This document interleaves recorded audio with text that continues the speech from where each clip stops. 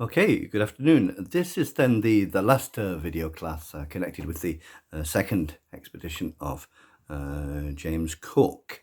And I just wanted to, this may not be very long, I just wanted to go through some more important moments or important episodes from page 290 onwards for the rest of the second expedition. And the basic story in these next few pages is that for him to be moving from one island to another and meeting local peoples with very various reactions. The whole, as one of the video lectures that I put up mentioned, the whole trip is fraught with tension. There's always some crisis going on, which has to be dealt with by diplomacy, or the decision has to be made whether to use force or not, and so on. In any case, on page 290, he arrives at a local island and describes the complex welcome ceremony and the emotional reaction going on, but also the skirmishes and theft involved. Now, we don't really have sufficient, well, I don't really have sufficient information about customs in all the different islands involved, but certainly the idea of theft may not by any means have been universal. Cook does try to comment or explain some of the customs he comes across, but in general, these descriptions are extremely superficial because he doesn't speak the language or spend any time, because the priorities of imperial scouting mean that he has to draw a map, get a bit of information, and move on. So it's not surprising that he doesn't come up with any impressive ethnographical descriptions. He notes on this particular island that the women and the men ate separately, but as I say, because there's no linguistic compatibility, he's not able to get much information about this. There is a request from one of the peoples for Cook to assist them in a war with a neighboring island.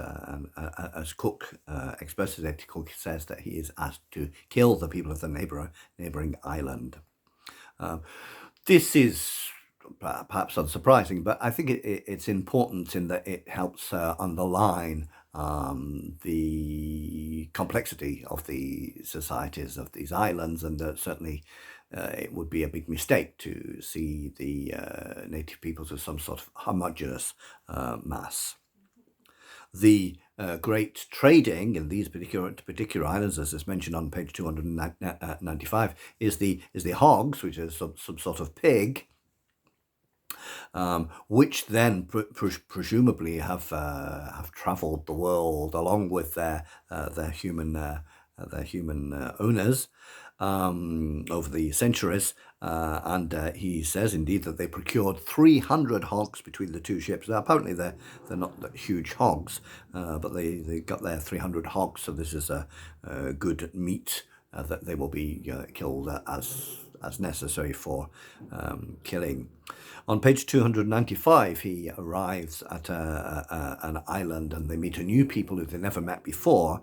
And there is some sort of ceremony of name exchanging, and we will see this again in other places where some of the cultures have a sign of friendship, which is that you can be called by my name and I can be called by your name. So this is something common in cultures around the world. The power of naming. That's why people having secret names or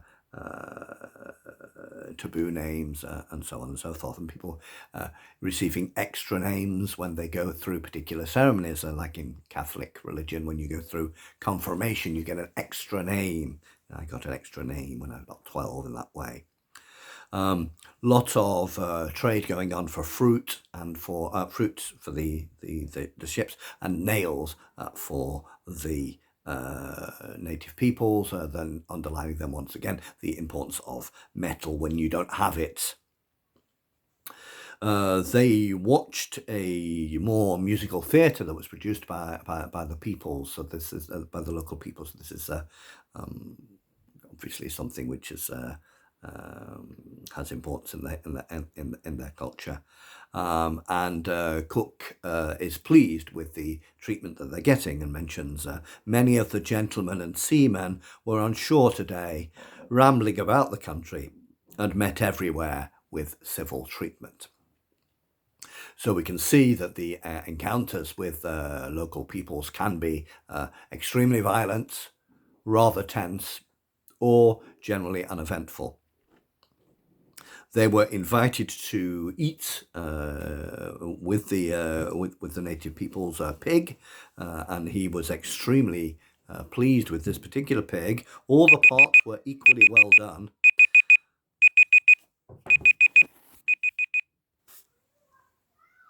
All the parts were equally well done, and with all its juices in it, and by far sweeter than it would have done had it been dressed by any of our methods. So here he is appreciating the superiority of the local cooking. So I'm sure that part of the attraction, and I shall talk about this later, part of the attraction for the crew of going on this extremely ambitious trip around the world is that they were going to see new things, eat new things, and so on and so forth. There is some exchange of crew members, and it's mentioned on page 299 that one Tahitian left the ship and another joined and sailed with them for a few weeks. So there were a few times when the locals decided, or individuals among the locals decided, that they wanted to join the ship.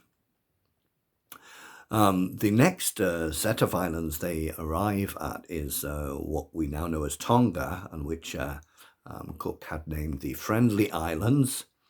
And indeed, Tasman had visited. Tasman, then, of course, the explorer after whom Tasmania was named. Tasman had been the first visitor, I believe, the first European visitor, sorry, and then nobody for a century. And the first things that Cook describes there, page 300 and on, is he describes the singing of the local women, which pleased him a lot. And also he describes the buildings and the places of worship. He also notes again then that the morals or customs involved with couples are not the same as in Europe, and indeed he says he was offered a woman but refused. But there was a huge amount of exchange of gifts, and Cook gave wheat, peas, and beans for seeding. Yes, so this is again back to his aim of naturalizing the plants which he's known about at home. And 12 days later, they arrive again then in New Zealand. And one of the comments that Cook says about the New Zealanders, the Maori, it was, page 311, it was evident that these people have not forgot the endeavour, for the first words they said to us was, "We are afraid of the guns." So, yeah, we can draw from that conclusions about the colonial view, the colonial vision. This is a point when the two ships lost each other, and also Cook has a number of problems connected with food. Many casks of bread were found to have been rotten. They tried to save some and dry it, but he says that 292 pounds of bread were mouldy and rotten, and there was 3,000 pounds of bread that few would eat. So they're having a promise of this is bread which lasts a long time, which is kept in casks. And indeed, he says that the main problem that the bread had gone bad is because the casks were made of green wood. That is, that the casks were not made of the right kind of wood. Cook continues with his project of populating the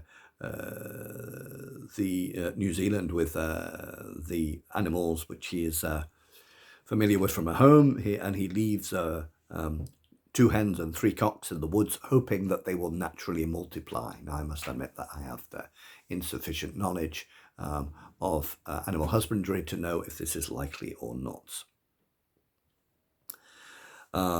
They also come across then a situation where they are told by the locals that the locals have eaten enemies, and I think these are enemies killed in battle. There's a question of cannibalism, and of course this is something extremely shocking to Europeans, despite the symbolic cannibalism involved in Christian worship.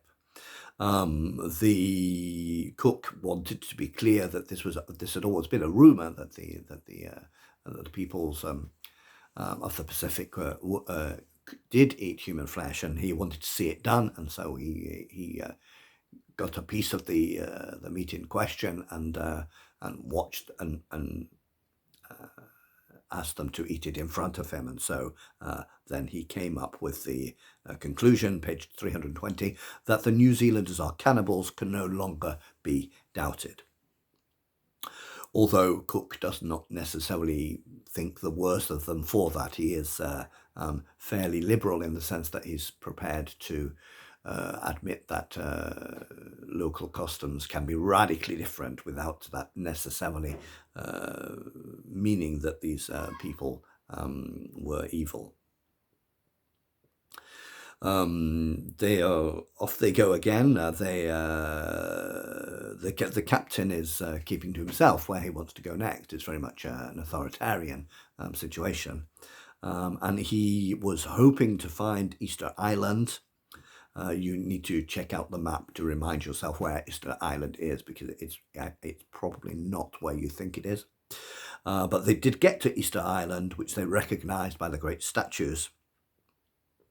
And there was some violence there. One Marine fired on some native.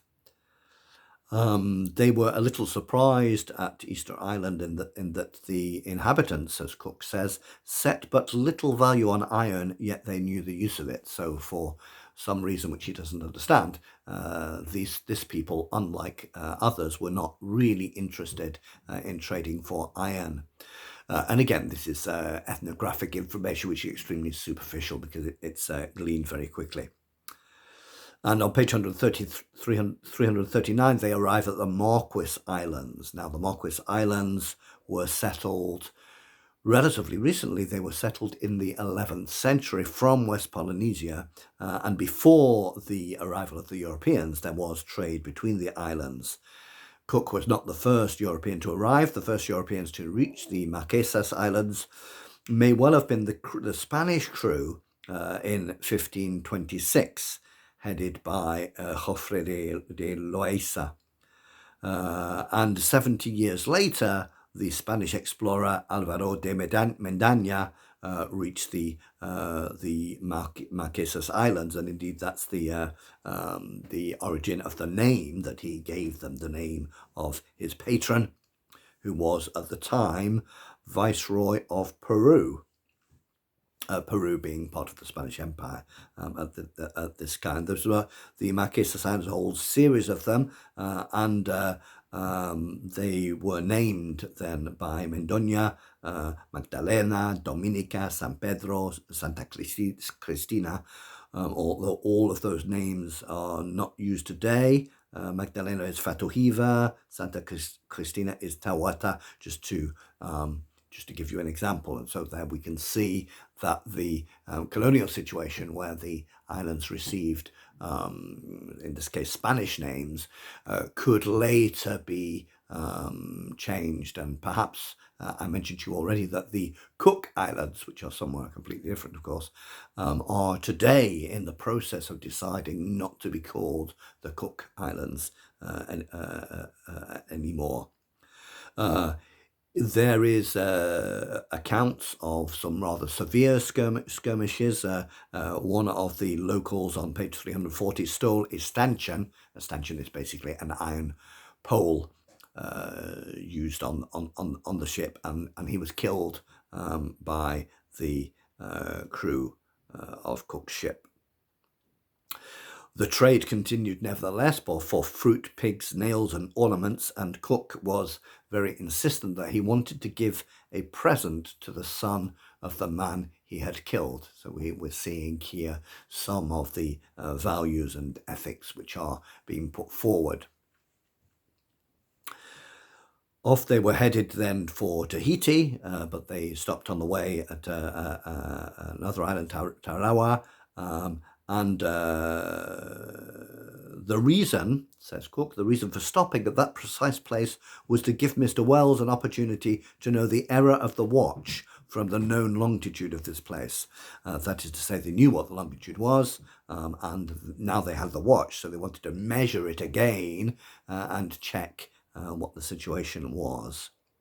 They had brought with them red feathers. I'm not quite sure where they got them from, but they knew that the Tahitians valued particularly these red feathers, and so this is what they brought along. And in return, Cook will get a very valuable present, which I'll speak about in a moment.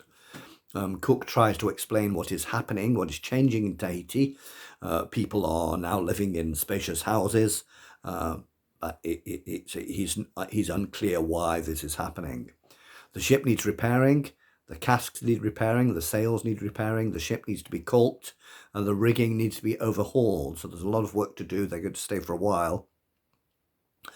But they find themselves in the middle of some rather surprising situation in that 300 canoes are assembled with a huge number of armed men and vessels intended to impress. And when Cook counts them or has them counted, there are around 7,800 men in 300 canoes, armed and ready to fight.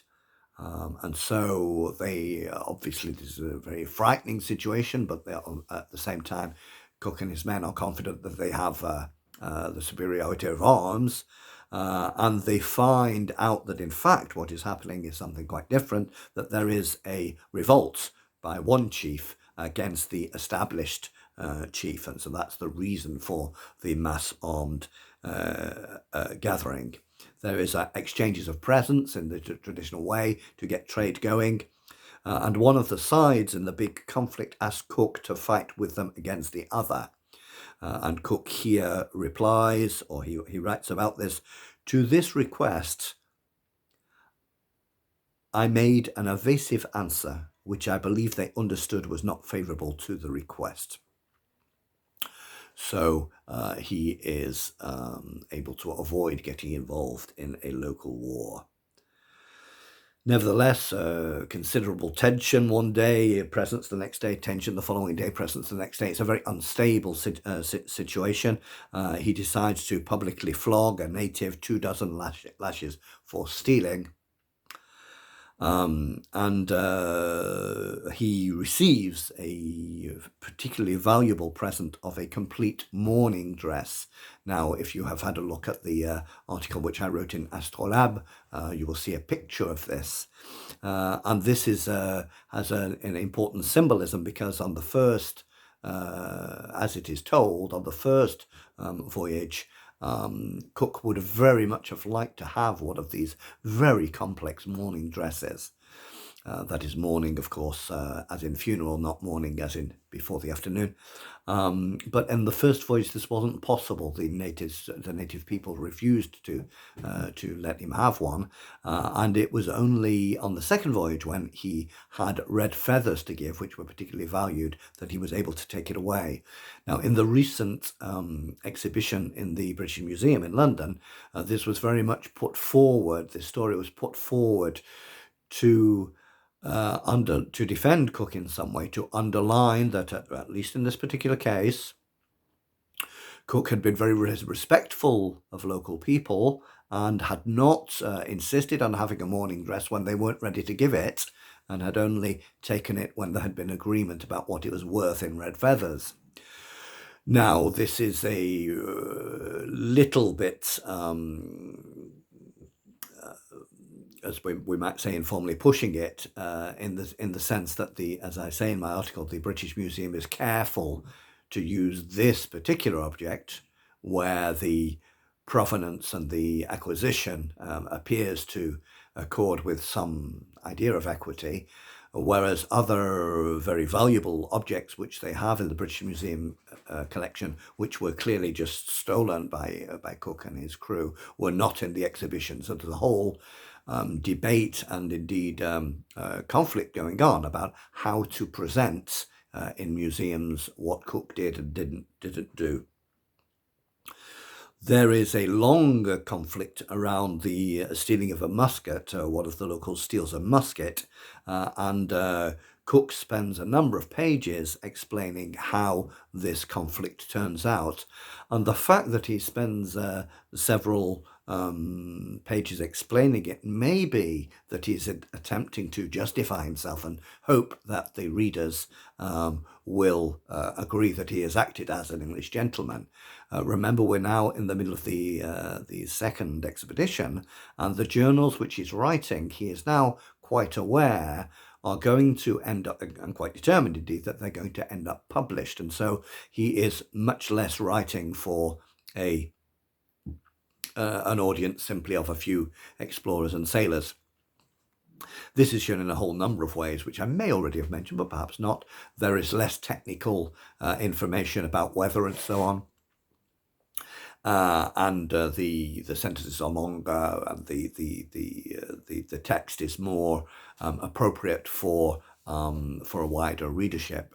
This will in fact turn out to be the case because although for the first voyage the most famous writings on it shortly afterwards are put together by Hawkesworth and make a lot of money for Hawkesworth, Cook is pleased to find out after the second voyage, he is pleased to secure a situation where he will be the person who makes money from the publication of the events of the second voyage. Yeah, so there is a commercial publishing element to this.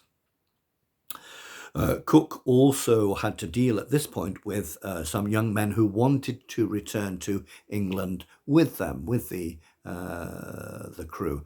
So in every society there are people who are more adventurous and more ambitious than others, and so there's a few of them who wanted to, and indeed some of the gentlemen on board, some of the elite on board, wanted to take native servants back to Britain, but Cook refused this for ethical reasons, that he thought it was unfair to allow them to be taken for what would probably be decorative reasons. And indeed, when Trupaya in the first voyage came on board, Joseph Banks was very clear that his aim was to impress his friends, his rich friends in London, by having a native servant that nobody else had.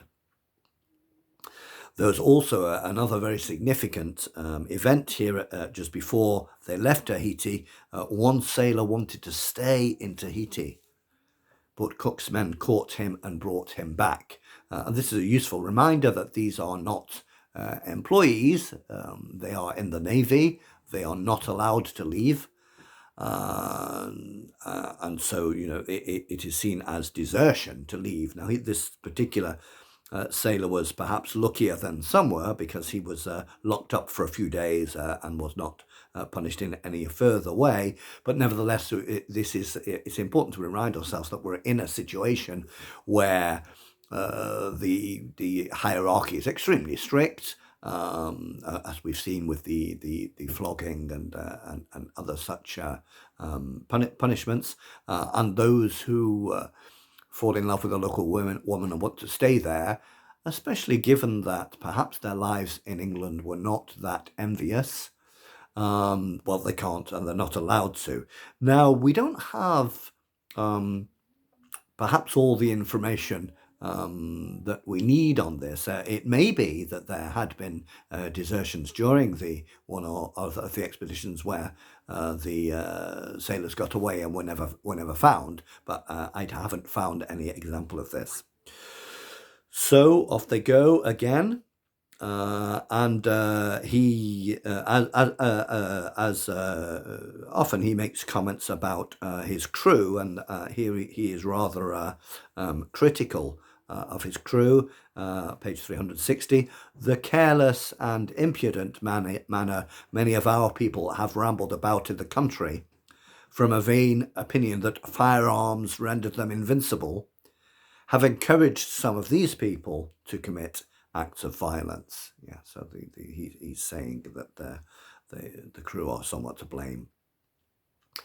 There is another, page 361, they get to watch another native ceremony and then a native play, some sort of dramatic thing, which appears to end with the representation, as Cook says, of a woman in labour giving birth. So we have a series of artistic representations, of course, which cannot be interpreted by Cook. Cook is continuing to try to understand the religious and cultural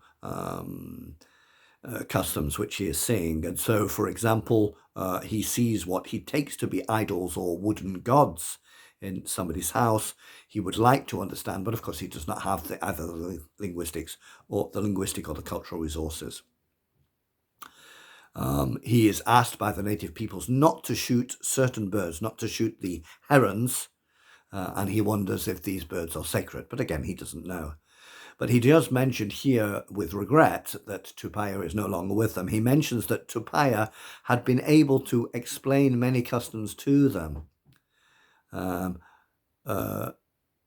And he says, I quote, "A man of his knowledge we have not since met with."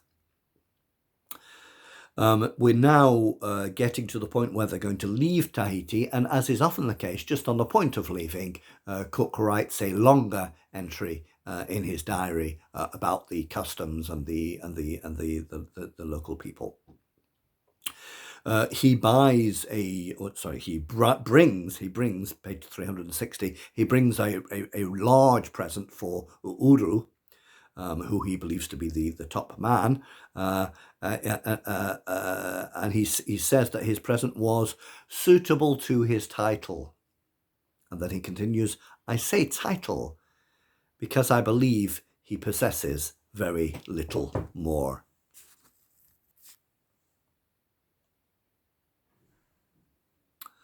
There's a moving farewell between Cook and Ureo. I'm obviously not sure how to pronounce this, but this is the chief in question. Oh, but I was just going to say that he mentioned his present was suitable to his title, and I quote, "I say title because I believe he possesses very little more." So then we get an interesting reflection on what is social hierarchy among this Tahitian people, because he has the title of being chief or king or whatever, but this doesn't make him much richer than the others. And so this would be, of course, something very surprising to Europeans who have lived many, many centuries of class society. As they are saying goodbye, there's a moving farewell, and Oreo tries to get Cook to promise to return. And Cook is a man of his word, and he points out that he cannot promise he's going to return. And in this case, because of this, Oreo insisted on knowing what Cook's burial place would be, where Cook would be buried. And Cook said he would be buried in Stepney in London, and all the people of Oreo's company learned the word Stepney by heart. So this is it's quite a moving idea that it seemed clear that in this culture, to be close to somebody, you need to know where they are going to be buried, so that you can have some sort of spiritual link with that. Cook is indeed moved and impressed, and he ends by saying, "What greater proof could we have of these people esteeming and loving us as friends. And so off they go, and a couple more islands, and then it will be over for the second voyage. They find a new island, name it Palmerston Island, after the head of the Admiralty at the time. And they land there. But they land on the island. People threw the native peoples threw stones at them, so they fired at them, and the Indians run away. They try a landing again, and the locals attack again, and Cook is obviously unhappy with being welcomed in this way, and so he says, the conduct and aspect of these islands occasioned me giving it the name of Savage Island. So we're seeing here again the symbolic violence involved in naming other people's homes, and the island is now called Niue. That's Niue.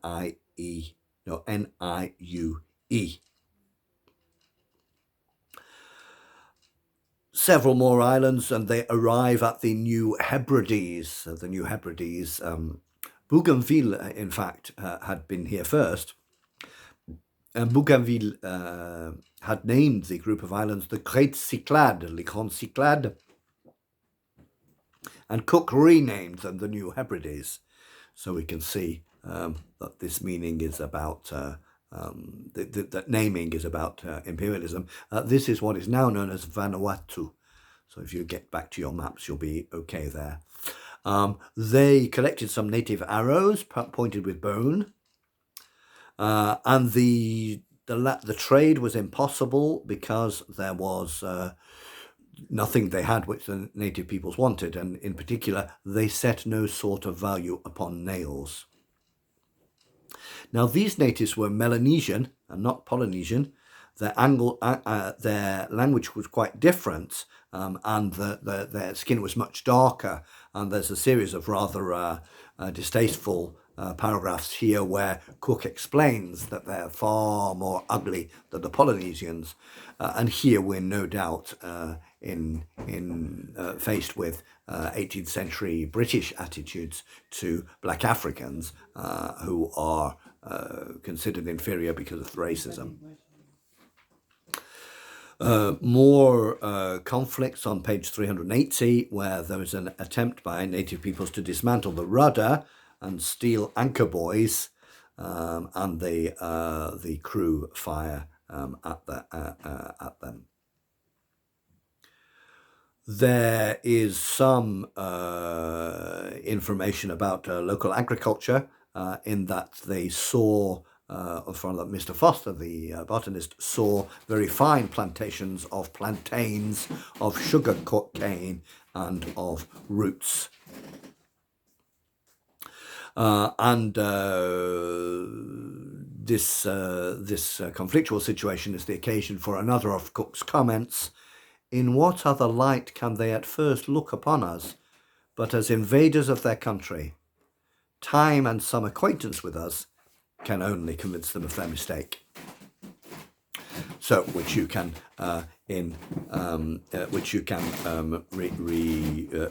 interpret in the way you wish. They bought a tree from the natives to make a new rudder, and this took 3 days to make. So you have to go with what you need to do. And more terrible conflict. One of the Marines had shot a local, and Cook wanted to flog the man, but was dissuaded on the grounds that he was acting under orders. Off they sailed away then, took possession of New Caledonia quickly, and then headed for New Zealand. That was the end of his second voyage, fundamentally, because he says, I have now done with the southern Pacific Ocean and flatter myself that no one will think that I have left it unexplored. And off they go round South America, Tierra del Fuego, discover the island of Georgia, now called South Georgia, and arrive at the South Sandwich Islands. And finally, then, Cook writes his conclusion that he has finally sorted the question of the southern continent, and there isn't one. Then they begin heading north, and after 2 weeks they see a Dutch ship. Because there was a Dutch ship around, page 416, he collects all the officers' journals and logbooks and seals them up and tells the whole crew to keep the voyage secret. And then they finally pass a British ship so they could send a letter home and get some luxury provisions. And they find another British ship at the Cape, and they send copies of the journal and charts, etc., to the Admiralty. And that's where he receives a letter from Furneaux, the captain of the other ship. And that's more or less all until they get home across the equator, go up and get themselves home. Rather short of fresh water, but they do manage to make some with an experimental apparatus for distillation from seawater, which had been invented by Charles Irving in 1771, and which they were carrying and testing. And this could make them fresh water from salt water from the sea. However, it used an enormous amount of coal. And that's all for today's video. We've got to the end of the second expedition. I just wanted to make sure you had some concrete examples to back up the different aspects that we've been looking at in class and that you've seen from the different videos and articles. We have our video class on Wednesday, and then there will be further videos later on in the week. Goodbye for now.